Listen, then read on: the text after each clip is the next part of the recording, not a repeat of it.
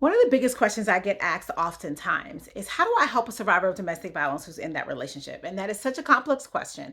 And it's not really something that's super simple or that you can answer really quickly. But I think it's really important. There are a few key things that are really important to remember.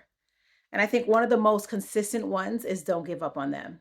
I know they may not have left in the time frame you thought they should have left in, or you thought they should have left earlier, or you can't believe they got themselves in this situation, or you've rescued them so many times and they weren't ready to go. And it can be frustrating and terrifying and disappointing.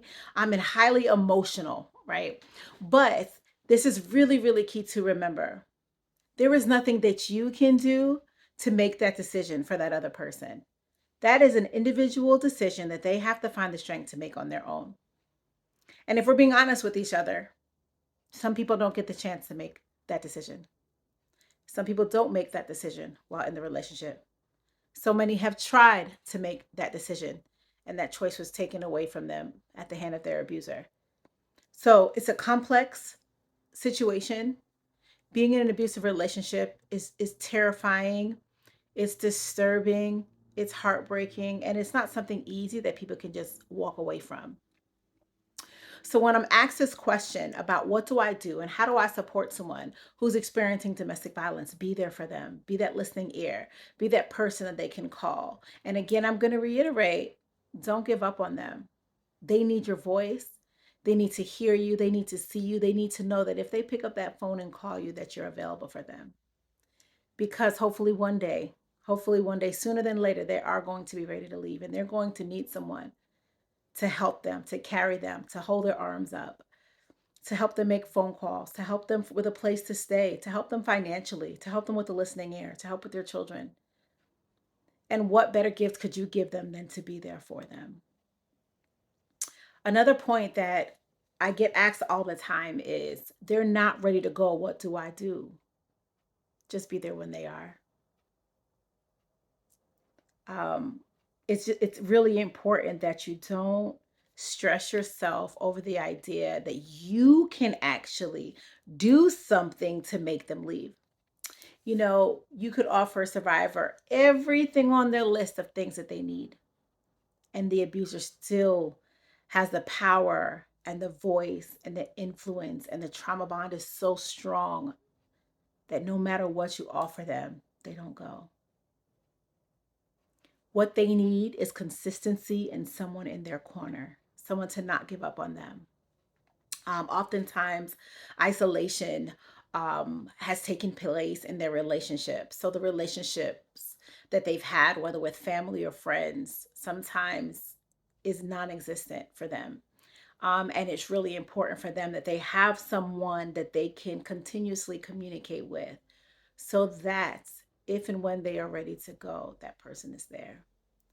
So if you're wondering what to do to be of support for someone, another thing I like to encourage is to provide them resources.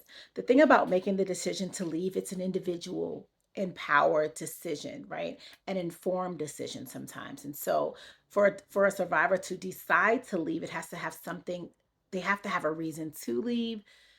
Maybe something to work towards, somewhere to go. Like there has to be something on the other side of the word leave.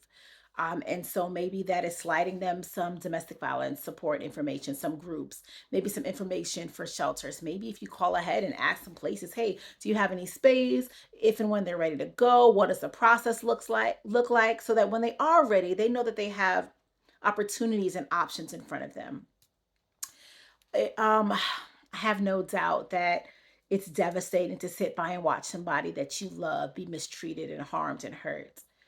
But we don't also want you to get harmed and hurt in the process. And I know that sounds kind of like selfish, even maybe, or contradictory, even in a way. But the truth of the matter is, abusers, when they become volatile, when they have something in their mind made up, they don't care who they hurt in the process. They consider their victim survivor as property. And so anybody that they hurt in the process, anybody in harm's way, it doesn't matter. And we don't want you to be in harm's way.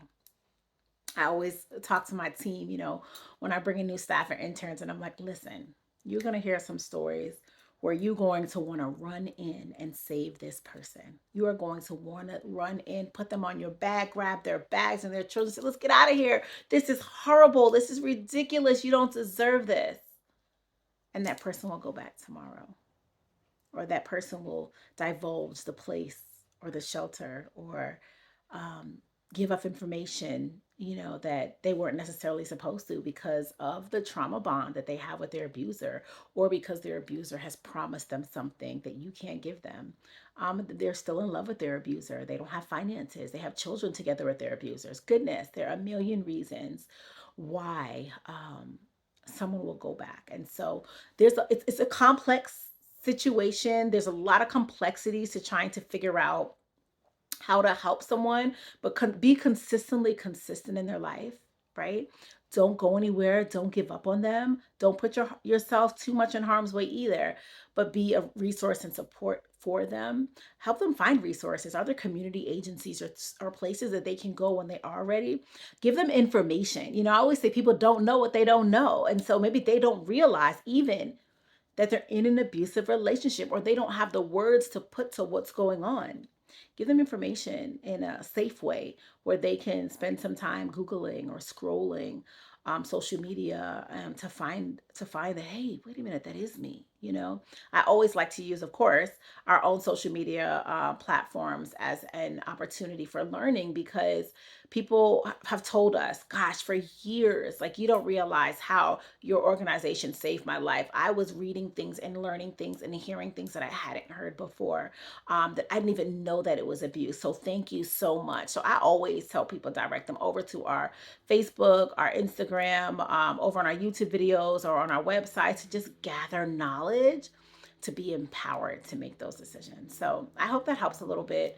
I know that it's a really complex setup topic, but definitely thank you for being there for them. Thank you for being the person that they can count on. Thank you for not giving up on them. Thank you for being their listening ear.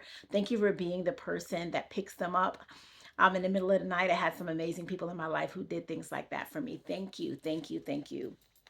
You're seen, you're noticed, you're appreciated, and you are needed. Um, so thank you. From on the behalf of one survivor, to speaking on behalf of the survivors that you are in waiting for, that you are hoping to get to safety soon. Thank you for just being there for them. I'll see you.